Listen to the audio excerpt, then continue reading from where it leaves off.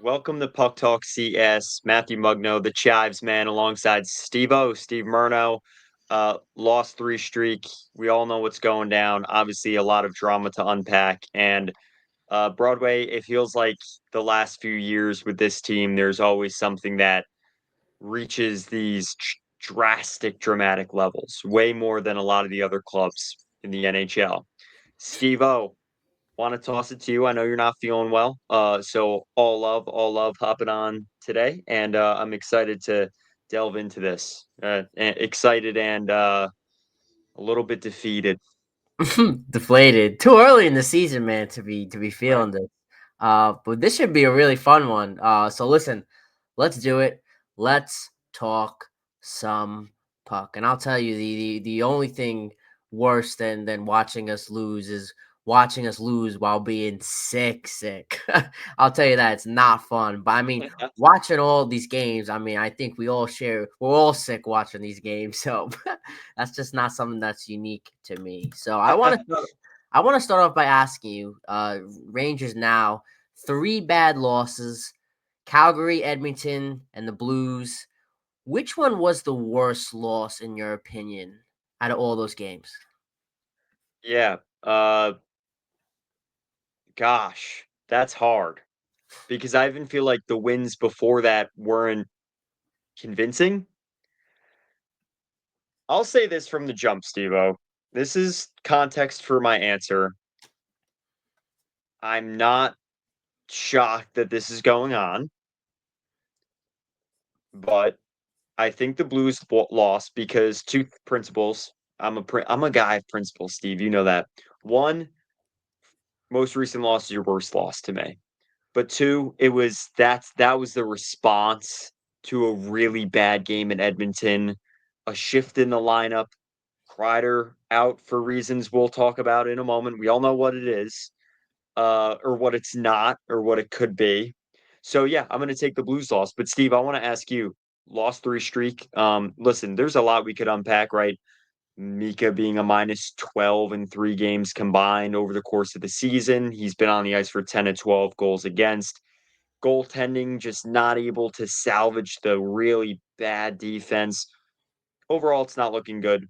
But in the last 3 games, which did you think was the worst? It's funny because before last night's game, I was probably gonna pick the Calgary game over the Edmonton game, believe it or not. But I'm right Okay. with you that was before last night. The worst game was definitely the last night against the Blues. I mean, you don't want to make excuses. I mean, you can sit here and say, you know what, they're coming off a road trip, switching time zones, blah blah blah blah. Listen, last night was horrible. I mean, when you look at it, I mean, they gave us nothing, absolutely nothing at all. I mean, we look like a team that looked like we were eliminated from playoff contention. I mean, we look like the Sharks in like March. We looked like we had nothing to play for. We looked deflated, defeated. And not to mention that this was a 2-2 game entering the third period, and Somehow. the third period was horrible. I mean, watching that game, going into the third period, I felt confident, even though we haven't played our best hockey. I said, you know what? I was looking at it as this: we're playing a struggling opponent who has only won 2 of its last 9 games. They just fired their coach a day before, and they're playing on their backup goalie. And not only that, but they came out and scored a minute in to the third period, a break off the rush. And we just, ever since that goal, we had no response. I mean, it was nothing. It was horrible. It's just, we had nothing. I mean, just totally deflated. I mean, I could sit here and name you five. I can sit here and name you 15 different things in that period, and I'm not gonna ramble through them all. I mean, just everybody looked dead. I mean, I haven't seen that at all. For in New York Rangers hockey, I haven't seen that at all. In a long time. So that kind of worries me.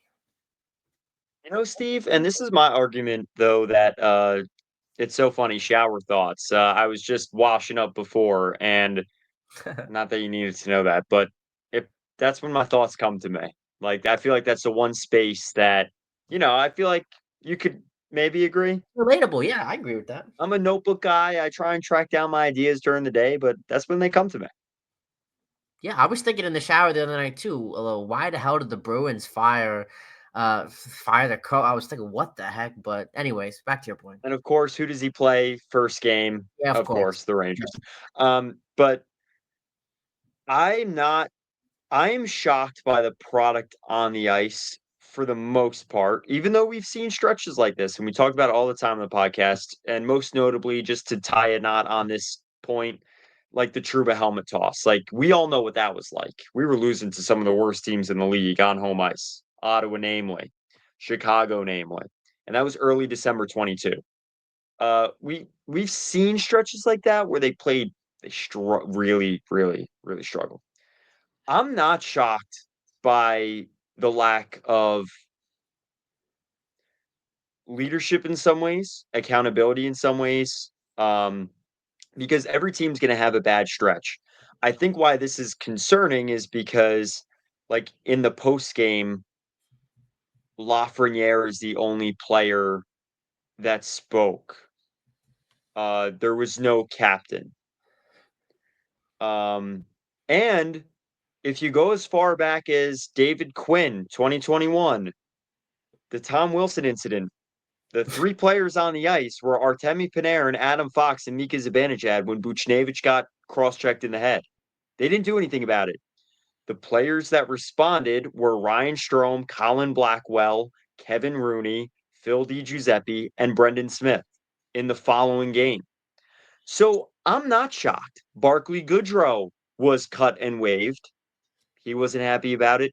We said, okay, well, the money, but he was another player that played with that grit, that passion. So I'm not shocked right now. Gerard Gallant, the reason he was fired was because he called out the players in the final post game against New Jersey. He also said the same thing against Tampa. He said, we scored 2 goals. That falls on some of our players. Something in tune with that.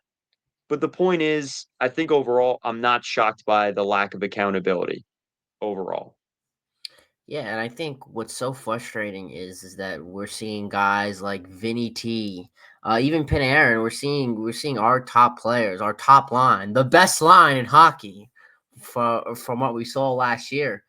We're seeing these guys do absolutely nothing. I mean, how about Trocheck? I think he's at 5 or 6 games now with not even a point. Panarin, he had the 2 goals. I think was it Calgary or Edmonton. I think it was against Calgary. But True. beside from that, he was quiet last night. He was quiet. He was quiet. A couple games last week. I mean, we're seeing a drop off here, and we these problems weren't really highlighted. They were always there during the course of the season, but now there's a big, big red light, around all these problems because our players that were scoring before and which were causing us to win games. And when you win games, you forget about problems. And when the first, week 2, week 3, week 4, when we were finding a way to win some of those games, yeah, those problems got a little bit dismissed. And even last year too, I mean, you could kind of see this wasn't just we come out this year and the problems are out there and we're totally dysfunctional. You kind of look back last year and kind of see some of the same similarities in terms of defensiveness and turnovers and sloppiness. But last year we won games. You won games, you win games. Uh, the problem is now you're not winning games. Now you're not getting contributions from 99.9% of your team, bearing the one guy in Will Cooley, who's been absolutely incredible. I mean, we could take a second to talk about him, but I mean, this isn't going to be a positive episode. But I mean, Will Cooley has been. I want to be positive for a second. Let's be positive. Will I Cooley's like it, been Steve. Will Cooley's been outstanding, and listen, maybe the veterans gotta should turn to Cooley and take a cue from how he's playing right now. He seems like he's winning battles, he's being aggressive. He's the only one right now that I see doing that. I really don't see. I see no battles in the corners. I Zibanejad and Trocheck. I see nobody battling right now. I mean, Cooley delivering his first 2-goal game of his career, and not even that, but the physicality, the hits, the block shots. I mean, everything's there right now in terms of Cooley. But again, it doesn't matter what Will Cooley gives you if the whole team is not performing. So a little bit of a funk Yeah. right now. It's definitely frustrating for sure. Winning cures all, but right now the dashboard lights are blinking and going crazy. And I like that analogy, Steve. I like what Cooley's done. I like what Kako's done. I like what Jones has done. But these are things we've talked about all year. Um, and all year is now becoming late November, early December. You have some big opponents coming up on the horizon. And this has led to bombshell news. Now, we don't have to rehash that, but I have a major question for you. Is this core done? Is this core done? It seems like Larry it's Brooks, yeah, the Larry Brooks wrote that kind of the other day, actually yesterday. And I feel like that's now the question that's being kind of discussed. I listen. I don't want to say that it's been being discussed now. I think, honestly, my opinion, I think juries always wanted to shake up this team. I think Mhm. you look back to what he's done in the past. He's tried to shake this team up multiple times. Go back to the summer when we saw Barclay Goodrow being placed on waivers. This was a player that was widely loved in the locker room, a leader, somebody coming off a historic he could be considered Giancarlo Stanton in the playoffs, somebody coming off a great postseason. And we saw him, bite the dust. He also attempted to trade Trouba. I don't think he went all in on that, but I definitely think next time he's going to go all in, and I don't think it's going to be this season. I don't think, and we all know the rumors. You can point up and down the list. You want to go Mika, Kreider, Trouba, pick anybody. This is my opinion. I don't think we're trading anybody during the course of the season. I don't see it happening. And just trading. First of all, you can't trade Kreider. Let's get that out of the way. I mean that I All right, said wait, this. wait, Steve-O. I want to reel you in because let's talk Trouba first. So I agree with you. I think this is the one thing that I think is weird. Like, so Trouba really digs his heels in over the summer, and then Drury's like, all right, it's all cool. And now it was 3 months ago. Like, I just think it's so odd that this isn't March and a team struggling, and it's like, I wanted to trade you a while ago, but now it's the trade deadline, and now you're struggling again. I think it's so bizarre. I don't want to touch Kreider yet because I think that's where the firestorm, right? Like, but so you think that no one's moving I don't think before we anybody. touch number 20. I don't think anybody of high caliber is moving. I don't even think Trouba is moving. I don't think. You don't think a single guy is moving.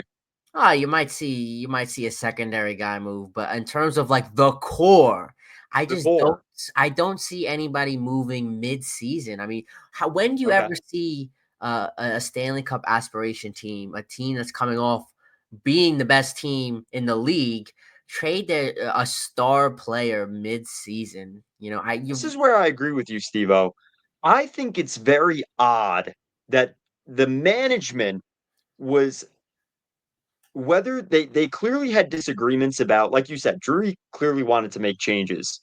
I think it's odd that they committed to this, and this moment it wasn't working, they're ready to make radical changes. And again, before we touch 20, I do that's the one I disagree with you, but I also respect your opinion because I also think that's also your opinion is something that's not being reflected enough in the community. Like there is a real possibility that nothing changes. I don't agree with that. And the reason why is with how the situation is with Kreider.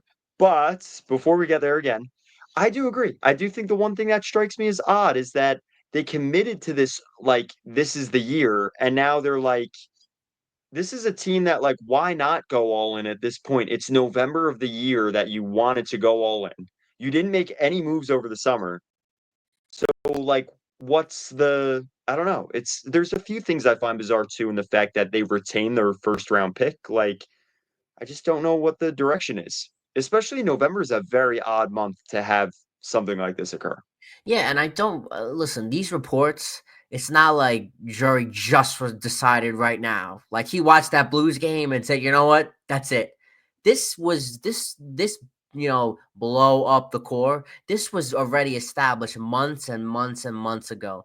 The problem is that nothing came to fruition of it. It's going to happen. We're going to see some version of this blow up, whether it's on a large scale reform or whether it's on we were cutting a few guys, but I just Mhm. don't see it happening right now mid-season. I think this again, a lot of it depends on the result of this season, but I do agree with you. We cannot we cannot sit back and do nothing because that approach is not going to it's not going to do it not going to take us anywhere. I mean, you look at what's going on, right now. Rangers are not playing well. Carolina has been freaking oh my god, they've been amazing. I don't know if anybody's we're gonna get a test of them real soon tomorrow night. Jersey too, and the Rangers play these two teams this week. I know, and I don't know if you saw last night's game, but the Carolina was losing 3-1 at the Stars late in the game. They had a third period rush. I think they won 6-4. I mean, they're just everybody's clicking. Was it Jack Roslovic with 12 goals? I mean, Oh, that's cool. How about Alex Wenberg on the Sharks? Not to deviate, but I think he's got 7 goals. I mean, that's a real head scratcher. But when you look at this, I mean, things aren't trending in the right direction. I mean, the expectation was set very clear coming into the season. Carolina, we all said, did not have a good offseason. I still stand by that. I don't think they did. I still think this Rangers team was fundamentally better and better equipped to handle Carolina. And I guess we'll still see. I mean, we'll get a glimpse of that tomorrow night. But I mean, if we get a smacking tomorrow night, I mean, this is I wouldn't want to say it's a wake up call. I think the wake up call was already established really a gosh, few wake up weeks call. ago. That was a fire over the bow. I think Chris Kreider not playing last night was I don't know where they go from there. And I think it's time we bring up 20. He was the player that got the Rangers over the hump against Carolina 2 years in a row. So if you want to talk about head to head, but that's a hypothetical. I think the timing of Kreider having a injury that no one knows of, and then he doesn't play, and now Friedman name drops him in a trade rumor, which by the way, sourced guy, um, the top, tippity top of the media, and insider info that you can find is through Friedman. I mean, I think what he tweeted is 100% true. And I also think that Chris Drury has shown the guts that his team doesn't always show from his general manager's office. Like, Drury has guts, and I don't think he's afraid to do whatever it takes. But I don't agree with whatever it takes. I It's I that simple. I agree with you 100%. I already said a couple of seconds ago. I mean, Kreider cannot be traded. I mean, you cannot trade your franchise player, especially. I mean, you look at the past few years. Out of all the years, especially there was a lot of bad Ranger teams, especially when we were in high school. I mean, you look at the return you could have got of him then. I mean, what compare that to this year? What does that get you? I think, and there's one thing that we can't lose that we haven't lost yet, and I don't think we're there yet, but you can't lose the locker room. That is one thing you cannot lose. And right now, it looks like we're playing like we lost the locker room, but we haven't. And I a couple of weeks ago I sat here and I said the same thing. I said we cannot be switching up and playing hot potato with all four lines just in case that gets a spark. Because you know what was happening then? Panarin, Loff, Trocheck, everybody was on fire then. Let's play hot potato with the lines. Now everybody's quiet. So to me, it's the same. It's the same thing that transitions over. You trade Kreider. To me, that's just a recipe to lose the locker room. I really don't think that's a recipe for success at all. I think if he trades Kreider, he needs to be escorted out in handcuffs. That's how bad I think that would be. But I want to get your take on that. Yeah, I think it's obvious. He's the best playoff performer on the team and arguably in the NHL. In terms of the moment, he always arrives in the moment. He's not playing well. And I think logically you look at it and say 6.5 million, 2 more years on the contract. Of the core players, if you're going to make a massive move, that's the contract that can move. The problem I see with Kreider is he's there's no way to put a value on him. You know, on paper it's 6.5 million, but what he's done for the organization and what like he still has the potential to put on, Messier light performances in the playoffs. Now the other player in conversation is Trouba, and I think where you know, he hasn't played well. That's obvious. He's definitely not the player that came into New York or that played in New York the first couple seasons, notably in 22. But I also find who was throwing the helmet, who was delivering the big hits to try and turn things around as the team captain in 22. In Kreider, not only the playoff moments, but this is a player that's been through resiliency before. And I think a lot of players look to him. In fact, I think the team really looks to him in their most desperate moments. So, yeah, I think overall, I can see the full picture. I don't agree that Kreider should be the casualty. When you think about the two players that were injured and not playing against the Capitals or the Islanders at the end of 2021, we're going now 4 seasons back. I know I'm bringing up the past, I should bring out my wig for these, but like, Hmm. uh, Kreider and Trouba were not on the ice when the Wilson incident happened. Like that's to me says a lot. Um, it, overall, I think moving Kreider would be a grave mistake in November of the season that you committed to this core. And granted, if you weren't committed to the core, why did you move forward in the summer? I know that's in retrospect now, but right, like I think it's odd. I also think there's no viable replacement for what he does. I mean, if you think about potential trades and trade partners, it's a salary cap league. If you move for, say, Nashville, they struggled. They said they might initiate their rebuild early. Um, if it's a trade for Philip Forsberg, you send a first and Kreider for that to me is a little bit lateral. That doesn't address the center depth that the team lacks. So I feel like there's no way to get better.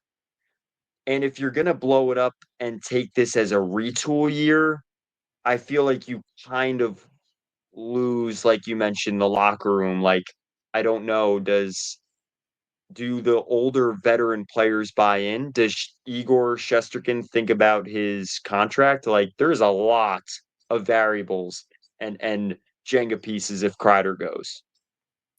Yeah, man, now that you just said that out loud, like I can't even fathom that to existence. Like Well, that's like, who how comes up then? Brennan Offman? He's not ready, right? Like, okay, so you have depth at wing, but he's not ready. There's no point in forcing him into the position you put Lafreniere and Kako. I thought we learned from that. There's a lot of Jenga pieces. I do agree with you on that point. I definitely think that a move has to be made, and the way I see it right now is Drury's has to make he's got to make a move. He's got to acquire, and he's got to free up. He's got to. I mean, we can't be holding picks here. I mean, dish him out. I mean, again, Kreider to me cannot go. I mean, if you trade Chris Kreider mid-season in November, I mean that has got to be one of the dumbest things of all time. That has got to be probably the top 3 panics in the history of sports. That's how foolish that is. But I'm with you. I mean, right now the team, I think the expectation was, listen, like, let's last year after exiting in the Eastern Conference Finals, let's give these boys another go. I mean, I really think that a lot of people, maybe not Drury, but a lot of people in the Rangers, executive management, they really thought that this, we have the core and the recipe for success. And right now is what's plaguing me is that, I mean, these aren't good teams. St. Louis Blues, like I mentioned, they won 2 out of their 9 games. I mean, they had a coach that didn't even know their system, that looked like a coach that was coaching them for 10 years against us. So I mean, that's just bad. It's fundamentally bad all around. And the thing about it, that's you know people want to say, oh, let's not over exaggerate things. Let's go back 2 weeks ago when Mika was absolutely doing nothing, and then he gets on the board, he scores a goal, and we're like, okay, he scores a goal against the Sharks, and we say, all right, he's turning it around. What does he do the next few games? Comes out, doesn't score, went right back to turnovers. So again, that's something that I can't trust this team. If we come out tomorrow and dominate I take that back. Carolina dominate Carolina would be a big statement, but That would be the statement, I think. but let's say we come out and play Montreal this weekend and win 9-1. Still don't think in the grand scheme that win means absolutely nothing, because as you look to they say history repeats itself. These last few months, you go back and point, or a month and a half, you point to, games that we won. We lost 2 games, then we won a game, and then the next game we go back to just this same sloppiness style. So uh, I'm with you right now.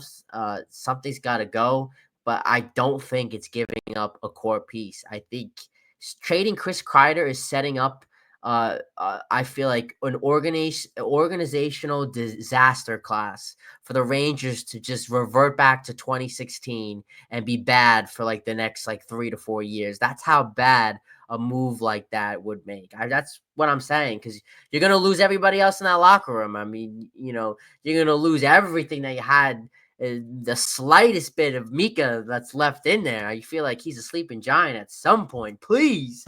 But Panarin, and what does that think about what that tells Loff? What does that tell Igor? It's just a bad message. And what does that tell to other teams? The Devils, the Islanders, the Hurricanes. It's tough. All right, my final thought before we move forward. I actually have I have a crazy question for you two to follow. Not crazy, actually, pretty logical. One, I think one more thought on Kreider, man. Spit it. I think, yeah, I think that yeah, you know what? It lost me. If it comes back, I'll bring it up. Peter Laviolette could be fired. Do I think Peter Laviolette could be fired? Mhm. No. I this Really? and here's my take, and I'll let you, based on the fact that you just said really, I think maybe you're kind of gonna be on a different page than I am. But especially, maybe it's a New York sports thing, but I am not a proponent of uh going through a recycling bin worth of coaches. I just don't like that. It's not a good look. I know that a lot of people were jumping down Drury for Gallant. I was kind of a quick hook, especially bringing the team to success faster than some of us thought we were capable of. But I don't think. I mean, the Rangers would have to be. We would have to lose, like, we would have to go 5-25 for me to start in our next 30 games, for me to start going. Laviolette needs to go. And I listen, it's not pretty right now, but I don't think it's a coaching thing. I think Laviolette proved last year he had the boys ready. Coaching was phenomenal last year. To me, this is individual players, and this is kind of the same messaging, we've been saying in 2023 when we got eliminated to the Devils. The players and the Dogs just didn't show up. And right now, nobody's showing up. And it's just simple things. It's sloppiness. It's just it looks like we forgot how to play hockey.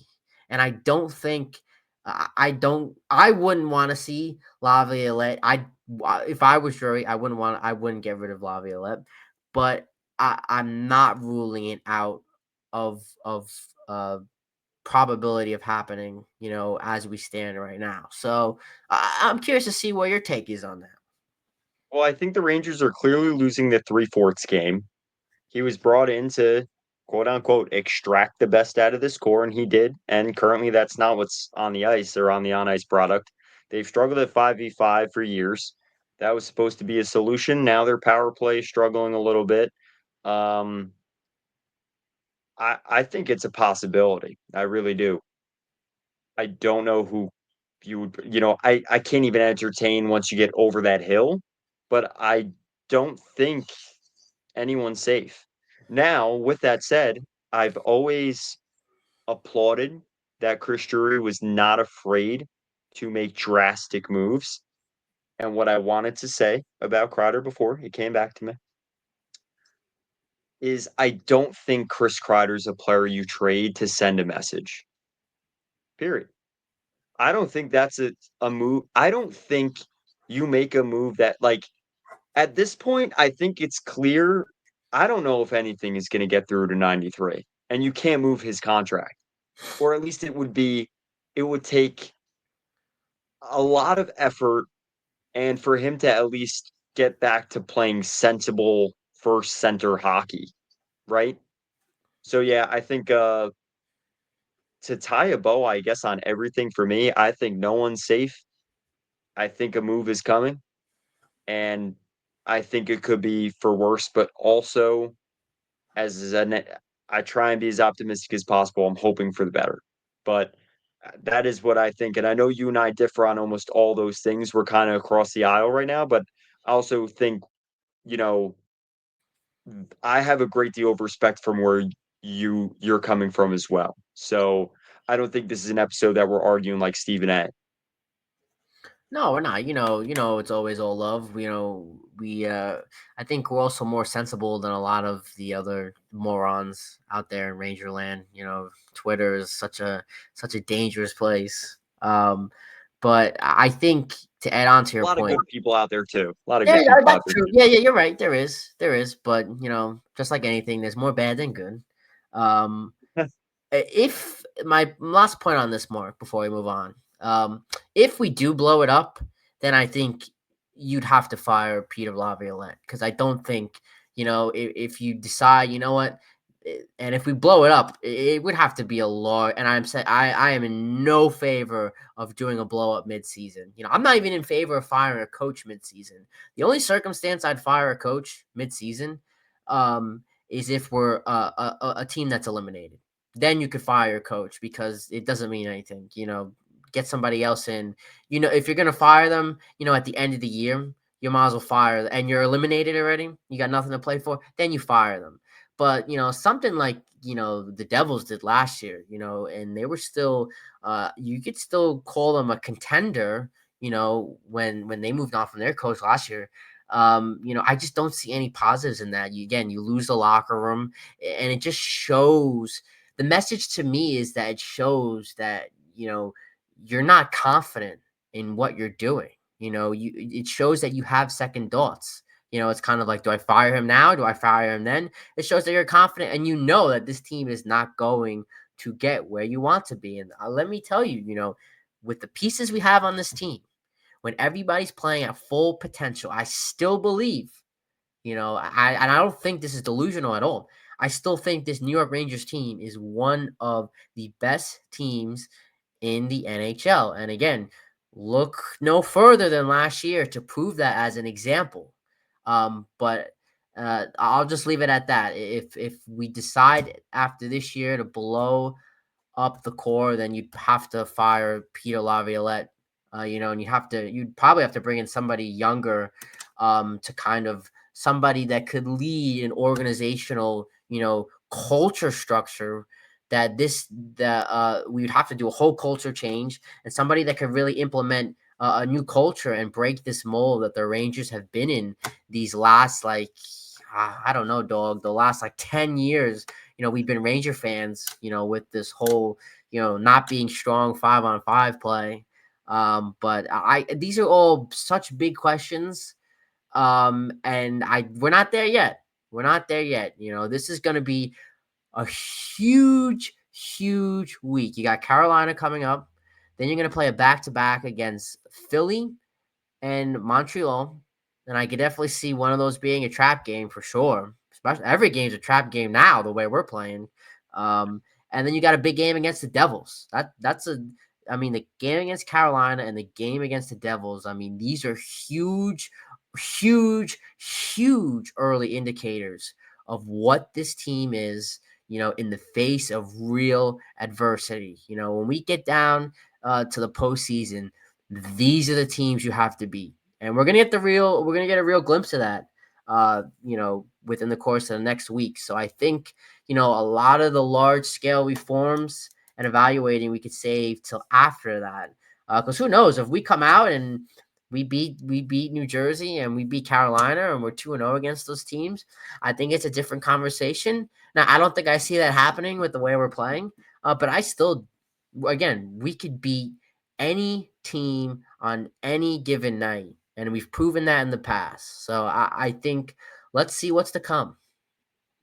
I think that we brought up potential coach firing, major moves by general managers, and losing certain players, potentially gaining other players. I think overall, it really comes down to guts. I think for Zibanejad, he's got to dig and find it. Panarin, he has to dig and find it. Like, I think at this point, it's evident no complimentary player. They've gone through three head coaches. They've made the big moves. They've signed the big players. They've gone through drastic measures to address virtually everything in this Panarin era, right? In this post rebuild. I think now, if there's ever a time where it's got to come from within, it's now. Because I also don't think that even in the 10%, maybe less chance that they make a blockbuster, that it solves anything.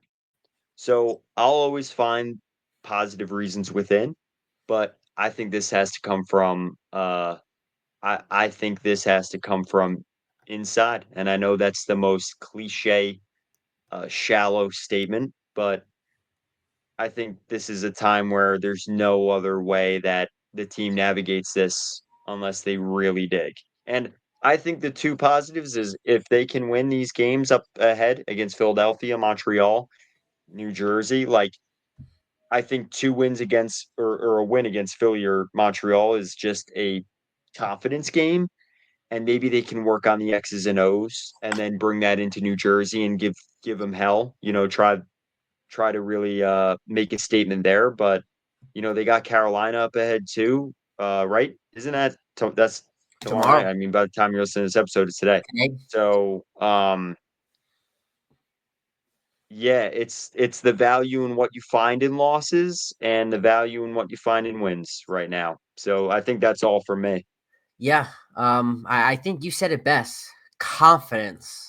And I think, God, well, first of all, before Mika and everybody else, we got to get your confidence back. You've been deflated as I think I've ever seen you. You've been deflated. It's like last year, after the Eastern Conference. You've been pretty deflated this episode. I know you pretty much representing 90% of what the Rangers community is feeling right now, and I understand it. But know that this is November. This is if this was March post trade deadline, we'd have a big problem. but it's not. It's still November. So I think let's be positive and let's end it on a fan question. We got a fan question from our IG. As always, follow us at Puck Talk CS, where you can interact with us and ask us questions, and we'll be more than happy to answer them. So before we end, Harry V asks if we think Igor's selfishness is causing a rift in the locker room. What do you think? What do you say to that? Um,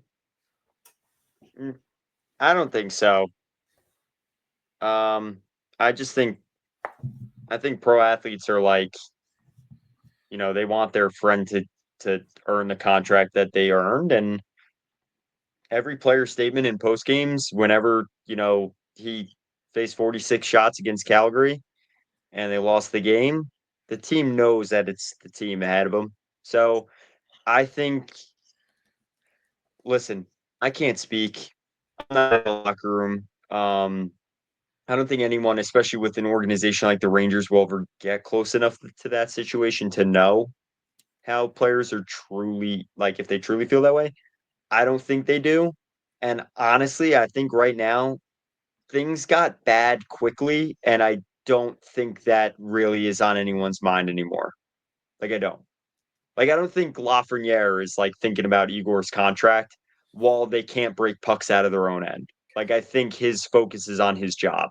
So yeah, that's my take. What about you, Steve? I don't think anybody's thinking about Igor's contract right now. I haven't heard a single peep in the last week about Igor's contract with the way the team's playing right now. And I agree with you 100%.